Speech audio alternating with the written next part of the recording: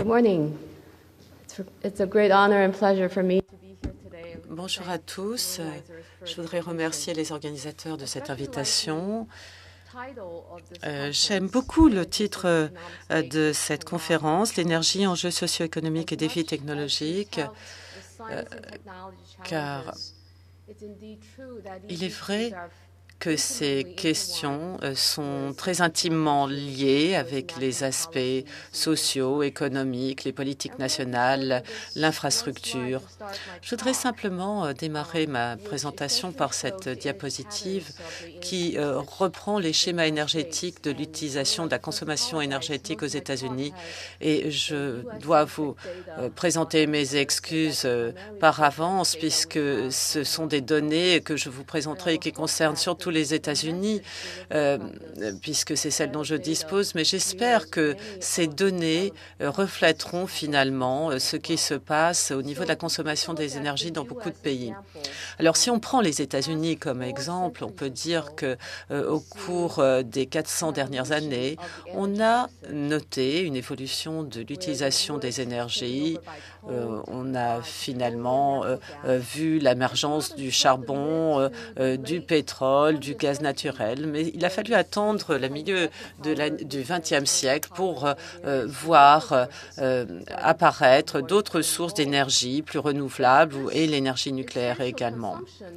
Mais la consommation est surtout centrée sur les énergies fossiles, finalement, et cela en raison d'un certain nombre d'inventions tout à fait clés. La machine à vapeur, inventée en 1782, et puis tous les développements qu'elle a permis, en tout cas aux États-Unis, comme le chemin de fer intercontinental, qui ensuite, ces locaux vapeurs ont été remplacés par des moteurs diesel, mais tout cela a vraiment modifié le paysage des transports qui utilisaient surtout les voies fluviales pour transporter les denrées, les produits de première nécessité et puis le transport des personnes également. Dans les années 1870, on a vu ensuite l'apparition de la lampe à incandescence et puis aux États-Unis, la loi qui a présidé à l'électrification de tout le territoire américain, qui a permis d'amener l'électricité à l'Amérique rurale et d'illuminer tout le territoire américain. Et puis les moteurs thermiques, le moteur thermique dans les années 1870 avec le système des autoroutes qui ont commencé à être tissés. Tout cela a complètement changé le paysage des transports et les infrastructures aux États-Unis. Donc, il y a une chose qui est très claire finalement, c'est que ces inventions, et avec les investissements qu'elles ont permis dans les infrastructures, ont constitué le noyau des modes de consommation énergétique que l'on constate aujourd'hui. Mais ce qui est encore plus important de voir, c'est que ces inventions, finalement, elles sont basées sur des inventions qui datent du 19e siècle et sur des développements d'infrastructures qui se sont déroulés au 20e. Alors, pour vraiment essayer de comprendre de manière complète ces défis, ces enjeux, il faut déjà se pencher sur l'utilisation de l'énergie et ses sources. Voilà ici un diagramme des flux d'énergie relativement simple. Et vous voyez ici, on a la fourniture d'énergie avec les sources d'énergie et puis à droite, la consommation énergétique. Aux États-Unis, on a au moins un tiers des systèmes énergétiques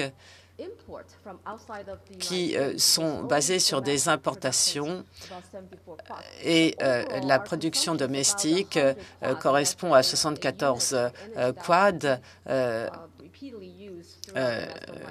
Et les quads est une unité énergétique que je vais continuer à utiliser au cours de ma présentation. Voilà ici une présentation beaucoup plus détaillée de ce type de diagramme. pour essayer de comprendre quelles sont les sources. Et ici, à gauche, vous avez les différentes sources énergétiques, le solaire, le nucléaire, l'hydroélectricité, l'éolien, la géothermie, le gaz naturel. Et tout cela, tous ces secteurs permettent d'assurer la production d'électricité. Et on a également le biomasse et le pétrole.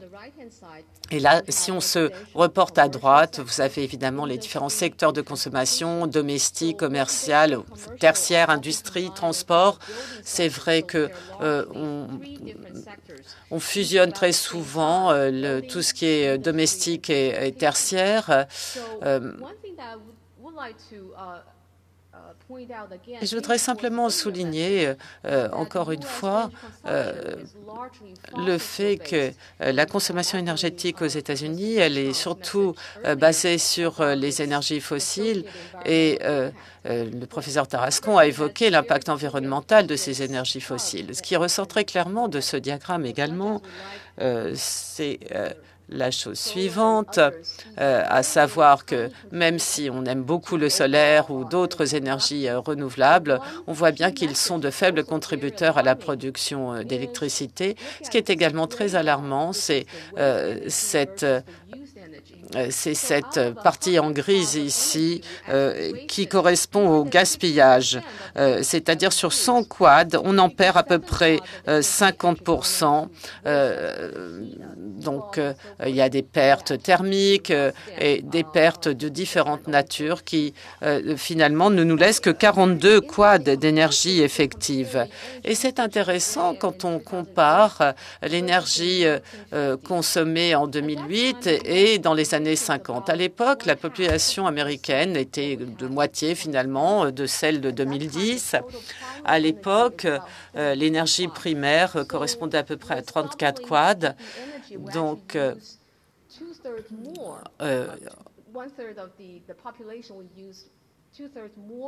un tiers de la population utilise 2 tiers de plus de l'énergie qui était consommée à l'époque. À l'époque, dans les années 50, il y avait très peu d'importation de pétrole.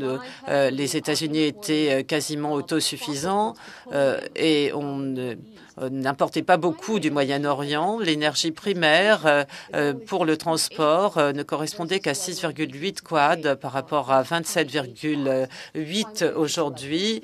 L'énergie primaire pour l'électricité, au lieu de représenter 40 quads, ne correspondait qu'à 4 quads. Donc finalement, il semble que l'utilisation et les pertes énergétiques étaient à peu près équilibrées. Et donc si on compare ce qui se passe aujourd'hui à ce qu'il y avait il y a 50-60 ans, finalement, on fait moins bien en termes d'efficacité énergétique. Et finalement, on perd beaucoup d'énergie pour la production d'électricité et il y a beaucoup de pertes également qui concernent le pétrole. Et finalement, on pourrait faire déjà beaucoup de choses si on avait une stratégie énergétique à beaucoup plus grande échelle avec éventuellement le stockage énergétique dont on entendra parler plus tard dans cette conférence. Voilà ici une diapositive sur l'efficacité des lampes à incandescence en particulier. Bon, l'énergie, si on considère 100 unités énergétiques converties en électricité, on perd à peu près 62 unités. Donc, quand on met 100 unités d'énergie, eh bien, on ne peut utiliser finalement que 38 unités pour avoir vraiment d'électricité. Une fois que l'électricité est transportée dans le réseau de transport, qui n'est pas mauvais puisque on n'en perd que 2 unités et on arrive avec 36 unités au niveau de la consommation domestique avec des lampes qui ont une efficacité de 2%. Donc avec une 100 unités d'énergie au départ, on n'a que 2 unités en sortie, ce qui veut dire que 98% de l'énergie a été dissipée. Il y a eu 98% de pertes finalement. Et c'est ce qui domine toujours, finalement, les modes de consommation de notre monde moderne. Et c'est vraiment là que les infrastructures, les politiques nationales et internationales peuvent avoir un impact le plus critique. Et j'ai affiché ici la législation américaine votée en 2007 sur l'indépendance énergétique et la sécurité énergétique et qui fixe des objectifs en matière d'efficacité énergétique. Il y a une loi qui a été votée aussi récemment sur l'efficacité énergétique et la consommation des véhicules. Donc, on est en train, finalement, ici, ce que je suis en train de faire, c'est de renforcer le message déjà évoqué par le professeur Tarascon, à savoir que les politiques infrastructures économiques, technologiques, toutes ces politiques sont intimement liées au sein de ces systèmes énergétiques et que l'on ne peut pas se contenter de s'occuper uniquement de technologie et de ne pas prendre en compte les implications socio-économiques et autres des politiques mises en place. Je voudrais passer maintenant à nos besoins énergétiques. Le professeur Tarascon y a déjà fait allusion. Aux États-Unis, comme je l'ai déjà déclaré, on a à peu près 100 quads utilisés en 2008. C'était le niveau de consommation. C'est très difficile de prédire combien d'énergie sera nécessaire. Au ministère de l'Énergie, nous avons un service qui s'appelle l'administration d'information et qui a utilisé un modèle finalement relativement conservateur pour estimer les besoins énergétiques dans les 2-3 prochaines décennies. Et pour se tourner vers la fin du siècle, quand on prend en compte le rapport du GIEC, qui a travaillé de manière très fiable sur les consommations énergétiques et leur estimation, et ici avec un scénario modéré, à savoir ne supposant pas une croissance démographique très forte. Donc c'est un scénario très modeste, très conservateur. Eh bien, on voit que néanmoins, la consommation énergétique d'ici le milieu du siècle aura doublé par rapport à ce que l'on constatait au début du siècle, et puis il y aura un triplement d'ici la fin du siècle. Donc, si on prend un peu de recul, et on se penche sur notre consommation énergétique qui provient à 78% des énergies fossiles. Quand on considère ce doublement puis triplement, sans parler des impacts sur le climat, eh bien, on se rend compte tout de suite que c'est un modèle qui n'est pas viable, qui n'est pas durable, et il n'est donc pas surprenant de voir des projections telles que celle-ci et qui nous montrent que la demande énergétique viendra surtout des pays qui n'appartiennent pas à l'OCDE, puisque les pays de l'OCDE sont essentiellement les pays du monde industrialisé. Et on sait bien que les pays qui ne font pas partie de l'OCDE au cours du prochain siècle seront les principaux consommateurs d'énergie et donc associés aux conséquences sur l'environnement. C'est quelque chose qu'on ne peut pas se permettre d'ignorer.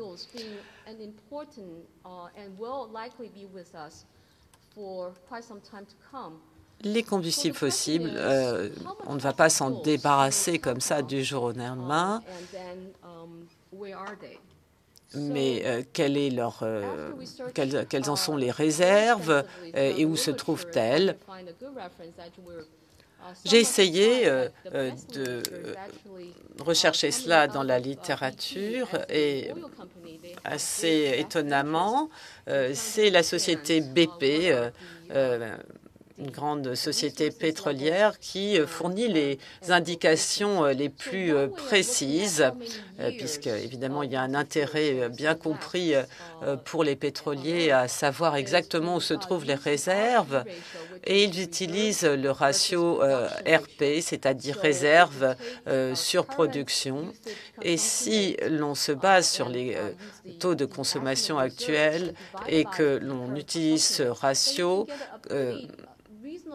eh bien, ça donne finalement une idée relativement intéressante et précise de ce qui reste comme réserve. Alors, vous voyez, les pays de l'OCDE, ça représente une toute petite partie de la population mondiale et on n'a pas beaucoup de réserves dans les pays de l'OCDE, à l'exception du charbon. On a surtout du charbon dans les pays de l'OCDE, l'ex-Union soviétique, là aussi beaucoup de charbon, un petit peu plus de gaz naturel, les marchés émergents. Mais voilà ici la moyenne pour le monde entier. Et on peut dire qu'on a sans doute moins de 50 ans de pétrole encore en réserve, un petit peu plus pour le gaz naturel, encore plus pour le charbon. Mais on voit bien le message ici, à savoir que ce ne sont pas des réserves infinies, illimitées. Et finalement, l'horizon, c'est la fin du siècle pour le charbon et le milieu du siècle pour le pétrole et le gaz naturel. L'autre phénomène assez intéressant à étudier est celui de la relation entre l'offre et la demande. Et on peut envisager ce schéma de deux façons différentes. Vous avez la taille ici sur la carte qui est proportionnelle aux ressources et les couleurs représentent les niveaux de consommation. Si l'on prend les États-Unis, par exemple, nous consommons plus de 28 millions de barils de pétrole par jour. Et alors que nous ne détenons que 2% des ressources mondiales.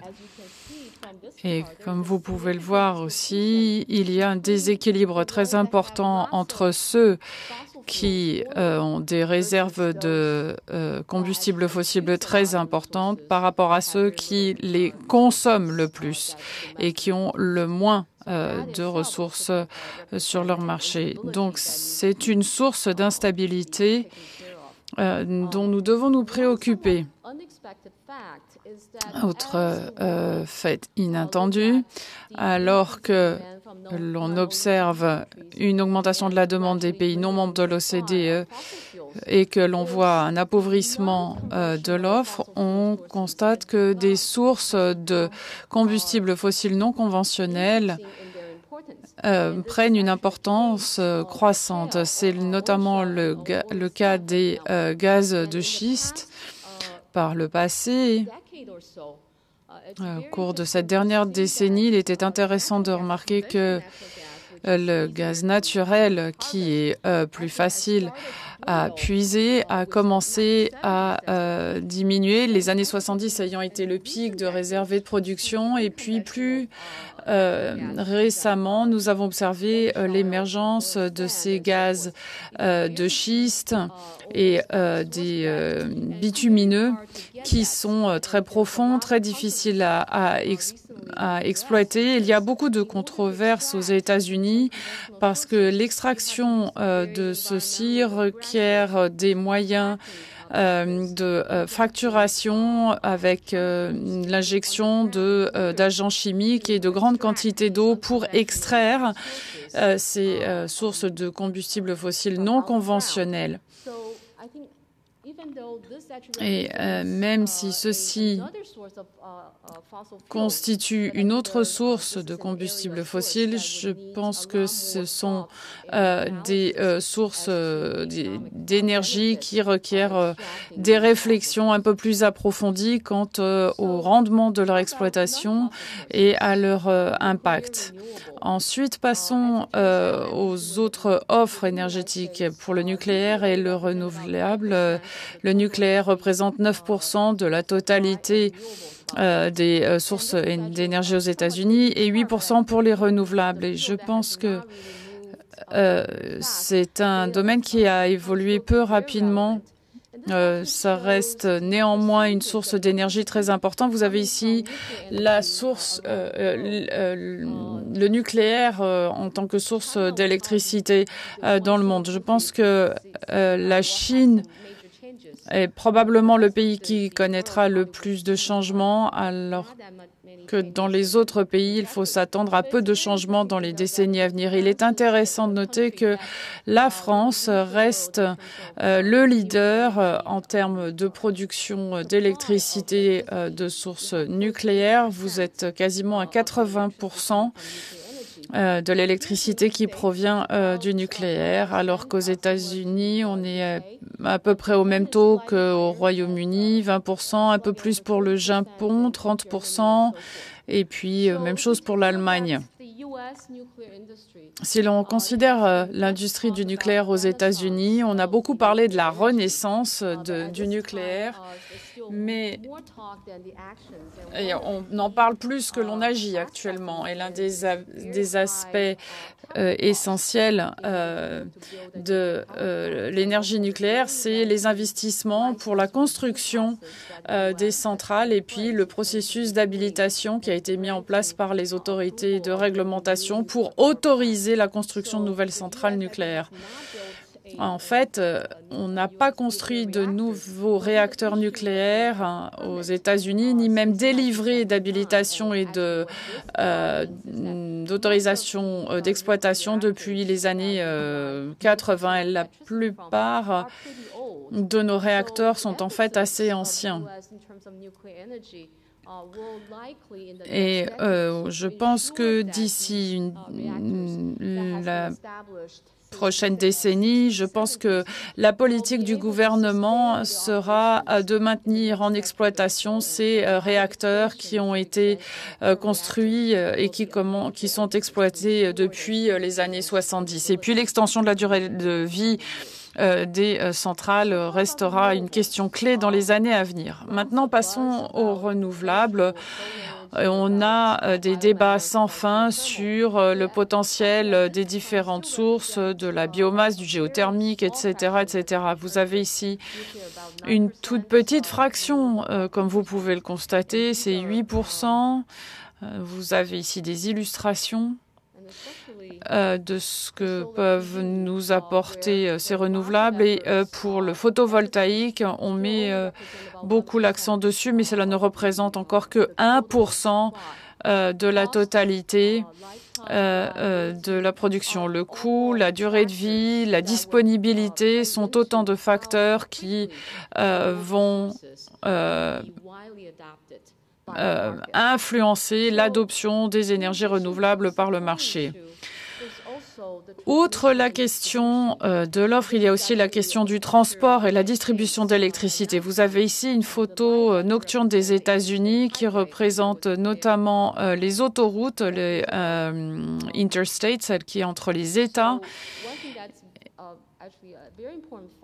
Et il est intéressant de noter que si l'on veut faire en sorte que les renouvelables constituent une part plus importante de notre infrastructure énergétique, vous devez tenir compte des localisations géographiques. Vous avez le potentiel pour le solaire et l'éolien, mais en même temps, ce ne sont pas les zones de plus forte densité démographique. La demande se trouve sur la côte est et sur la côte ouest. Donc, pour que ces sources de renouvelables soient transportées et utilisées là où se trouve la demande, il faut disposer d'un réseau de transport qui soit extrêmement fiable pour que l'électricité puisse être acheminée sur les deux zones côtières, sachant d'autant plus que ce sont des sources intermittentes et là, le stockage va jouer un rôle extrêmement important pour équilibrer l'offre et la demande. Lorsque l'on parle de l'énergie, il faut reconnaître que nous dépendons fortement des combustibles fossiles et par conséquent des répercussions sur l'environnement. Le débat de ces dernières années n'est pas l'apanage de quelques chercheurs, c'est devenu un sujet de préoccupation qui intéresse la population générale et vous avez ici quelques exemples des couvertures de Newsweek et de Time qui ont consacré pas mal de dossiers à ce sujet. Beaucoup de progrès ont été réalisés ces dernières années pour comprendre l'impact écologique de l'utilisation de ces combustibles fossiles. Et en ce qui concerne les gaz à effet de serre, on a beaucoup modélisé l'équilibre énergétique de la planète et pour celle-ci, nous avons vu quelles étaient ces modulations. Et les modulations s'opèrent sur une période extrêmement longue, donc on ne voit pas de modulation à une échelle de temps très courte, ce qui rendrait par ailleurs la Terre inhabitable. Mais il apparaît clairement dans ces modèles que l'énergie solaire est absorbée, transportée et réfléchie. Vous avez ici les rayonnements solaires et vous voyez que 70 à 75% sont transmis par l'atmosphère et avec 20 à 25% de lumière qui est réfléchie.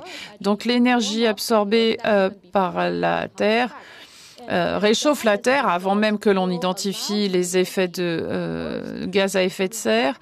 Et ensuite, il y a une réflexion qui repart dans l'atmosphère. Donc, il y a un circuit qui permet d'équilibrer cela.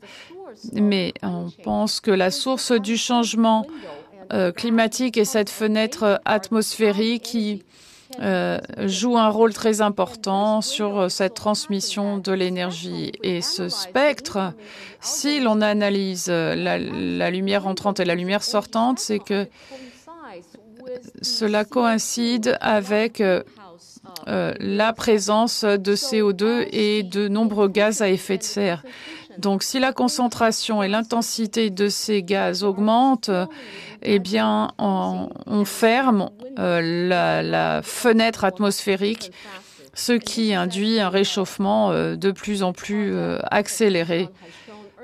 Vous avez une autre présentation de ce qui a été évoqué par le professeur Tarascon auparavant, où l'on a cette augmentation progressive des concentrations de CO2 depuis les années 60. On a un pic historique aujourd'hui si l'on considère les données issues des prélèvements des carottages qui ont été faits dans la calotte glaciaire. Et on assiste donc à une fonte des glaciers et de la calotte. Et puis, on a des données très alarmantes qui ont été avancées ces derniers temps. Non seulement la fonte des glaces est inquiétante, mais en plus, elle s'accélère. Ce sont des données qui viennent de satellites GRACE qui sont à 500 km au-dessus de la surface de la Terre. Et ces satellites sont séparés de 200 km. Et pour ceux d'entre vous qui connaissent les dessins animés Tom et Jerry, eh bien, les surnoms de ces deux satellites, c'est Tom et Jerry parce qu'ils sont tout le temps en train de se courir l'un après l'autre et font 16 fois par jour le tour de la planète. Et ce sont des systèmes de micro-ondes qui envoient les données. Donc, comme ils couvrent des surfaces importantes de la Terre, par ce système, ils peuvent détecter des variations qui vont de l'ordre de 10 microns. Et ce couple de satellites permet d'identifier dans deux zones spécifiques la rapidité de la fonte des glaces. Dans le Groenland, pour commencer, si l'on compare les données de 2002-2003 à 137 gigatonnes par an aux données les plus récentes, on en est à 286 gigatonnes par an. Donc, on a doublé les quantités qui ont fondu et la même chose s'observe sur l'Antarctique. Donc, ce sont des données tout à fait directes, des preuves incontestables qui associent les concentrations de CO2 et les répercussions sur l'environnement. Que pouvons-nous faire? En tant que scientifiques, Nous cherchons toujours de bonnes sources d'inspiration et Albert Einstein a été considéré comme la personnalité du XXe siècle. Si l'on considère l'histoire de ce siècle a été celui de la science et de l'impact de la science qui a littéralement transformé nos modes de vie. Et lorsque l'on envisage le XXIe siècle, il faut tenir compte de la science sans négliger les impacts socio-économiques pour l'avenir. Et cela ne considère pas que l'avenir des États-Unis. Cela concerne l'avenir de l'humanité. Je vais m'arrêter là pour cette partie de mon exposé et je vais essayer de vous expliquer comment le ministère de l'Énergie aux États-Unis essaye de traiter ce problème. Vous avez ici un organigramme qui présente notre organisation pour traiter ce sujet. En fait, ce ministère a été créé à la suite du projet Manhattan. Et en fait, une grande part de notre budget, 10 milliards de dollars sur les 25,6 milliards de dollars de budget, concerne la sécurité et les programmes de défense militaire et donc le nucléaire en application militaire. Et puis ensuite, il y a le bras de la recherche fondamentale scientifique pour le ministère avec la science qui va nous apporter tout ce qu'il nous faut en termes de données sur l'environnement, la consommation de l'énergie et le nucléaire. Et puis ensuite, il y a les programmes. Nous avons un mandat pour associer la recherche fondamentale à la recherche appliquée. Et puis, nous avons également des programmes internationaux de coopération par le biais d'accords bilatéraux, multilatéraux. Et récemment, nous avons créé un nouveau programme sur la recherche avancée pour faire évoluer les découvertes de la recherche fondamentale et éventuellement les appliquer. Vous avez un budget de 4,8 milliards. Pour ma part, je suis responsable de ce budget qui est un budget de 1,6 million de dollars, mais nous sommes étroitement associés au programme de recherche appliquée qui porte sur les renouvelables, l'efficacité, le nucléaire, la fourniture d'électricité. Et notre Dr. Chu, notre secrétaire actuel, est probablement le seul secrétaire d'État nobelisé. Il a reçu son prix en 1997, mais il est aussi passionné par les questions des enjeux énergétiques et c'est probablement le seul ministre qui a fait l'objet d'un article dans le magazine Rolling Stones. C'est celui qui va sauver la planète d'après le titre de cet article. Ce que je veux dire par là, c'est que en tant que scientifique, non seulement est-il passionné par ces questions énergétiques, mais ce qui le préoccupe aussi, c'est de faire passer le message auprès de l'opinion publique pour alerter le public sur l'urgence de ces questions, parce qu'il s'agit d'enjeux scientifiques et de découvertes requises, mais aussi d'enjeux socio-économiques. Et vous avez ici un graphique qui représente de notre lien par rapport aux autres programmes du ministère. Je vais faire une synthèse très brève du processus de planification et qui fixe nos priorités politiques, notamment à partir de la recherche fondamentale et comment nous envisageons ces enjeux futurs. Nous avons commencé par un atelier qui groupe quasiment autant de personnes qu'ici, quelques centaines de personnes qui ont étudié les enjeux énergétiques depuis l'offre jusqu'à l'utilisation, la transformation, le transport, etc. Et ce groupe a publié une recommandation. C'est un comité consultatif qui néanmoins a beaucoup d'autorité et sa recommandation est la suivante. Compte tenu de l'urgence du problème énergétique, de l'ampleur des découvertes scientifiques requises et de la vitesse historique de découvertes historiques, les efforts actuels seront probablement trop peu nombreux et arriveront trop tard. Dès lors, le BESAC pense qu'un nouveau programme de recherche national est crucial et doit être lancé et revêtir la même intensité que le projet Manhattan et maintenu jusqu'à ce que le problème soit résolu. Manhattan n'est pas forcément la meilleure des comparaisons, mais cela illustre l'urgence, l'ampleur et le type de coopération requise à l'échelle internationale pour essayer de résoudre ce problème. À la suite de cette publication et des réunions de ce comité, d'autres se sont tenues où l'on a traité les questions de l'hydrogène, du solaire, des questions de stockage de l'énergie et l'électricité qui préoccupent le professeur Tarascon. Et beaucoup d'experts internationaux ont travaillé avec nous. Et ces données ont été mises à la disposition des chercheurs à l'échelle internationale pour essayer de traiter les problèmes les plus importants.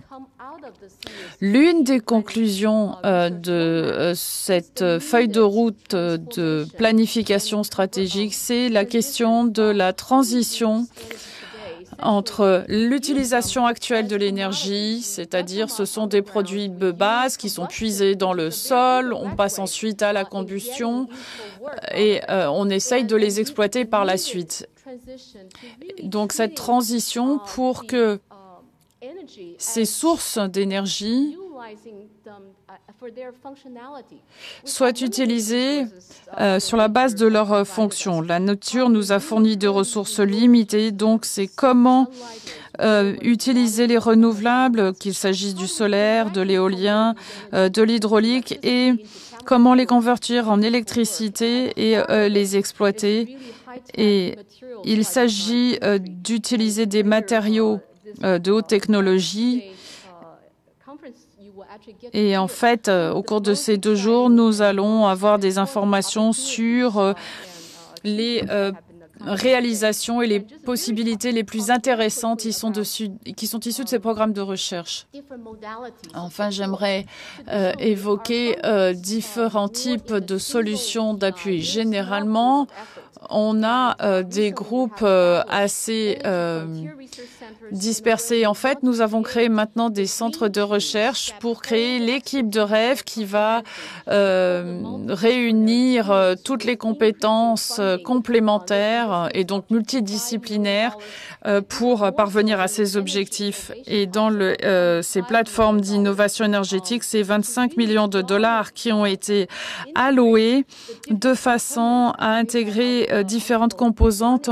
Je vais vous donner un exemple au sujet de ces plateformes de l'innovation énergétique. Vous avez ici les plateformes, les EFRC, les centres de recherche les plus importants avec les budgets qui ont été alloués et nous travaillons sur la transformation de l'énergie solaire. Le professeur Yang est l'un des leaders de ce programme de recherche. Nous voulons également créer une plateforme de recherche sur la question du stockage de l'énergie, qui constitue un défi majeur pour les renouvelables et également pour le transport. Vous avez ici ces centres de recherche sur la carte des États-Unis.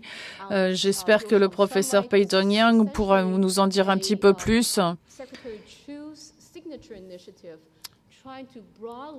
Le ministère a voulu ici concrétiser l'association recherche fondamentale, recherche appliquée, développement de prototypes. Notre mandat est de produire des connaissances et du savoir depuis le fondamental jusqu'au prototype, de façon à avoir des systèmes avec une efficacité 10 fois supérieure au système naturel. Donc c'est un mode innovant de financement de la recherche et nous espérons que le reste du monde travaillera avec nous en ce sens. Enfin, je voudrais vous remontrer ce diagramme de flux énergétique que j'évoquais tout à l'heure. Donc, il faut améliorer de façon radicale les renouvelables pour que l'énergie sans CO2 soit dominante. Les combustibles fossiles vont encore être dans notre paysage pendant un certain temps. Ensuite, il y a la question du pétrole. Comment allons-nous utiliser, en tout cas aux États-Unis, les combustibles fossiles nationaux et non importés. Et puis ensuite, il va falloir passer aux smart grids, améliorer le stockage de l'énergie et puis l'efficacité au point final d'utilisation pour éviter ce squad de gaspillage que j'évoquais tout à l'heure. Vous avez ici des photos qui illustrent les progrès qui ont été réalisés à ce jour et je pense que plus tard dans la journée, vous en apprendrez un petit peu plus sur ces dispositifs photovoltaïques organiques qui peuvent être aussi peu onéreux que de la peinture, par exemple. Comment on peut utiliser la photosynthèse artificielle pour remplacer les chimiques. Ensuite, il y a la question de captage et de stockage de CO2. Comment avoir une ingénierie génétique sur les plantes qui permettrait d'avoir des plantes, plus de production. Vous avez ensuite le stockage, le transport, l'utilisation des batteries et toutes les formes d'utilisation de l'énergie. Enfin, je voudrais que nous recommander à tous de prendre l'exemple d'une feuille qui stocke l'énergie. Il faut être supérieur aux limites de la nature de façon à cultiver véritablement un avenir énergétique qui soit à la fois sûr et pérenne. Et j'espère que cette conférence nous ouvrira la voie à des sujets de recherche qui permettront d'avoir un dialogue multidisciplinaire et international. Maintenant, je serai tout à fait disposée à répondre à vos questions. Merci beaucoup.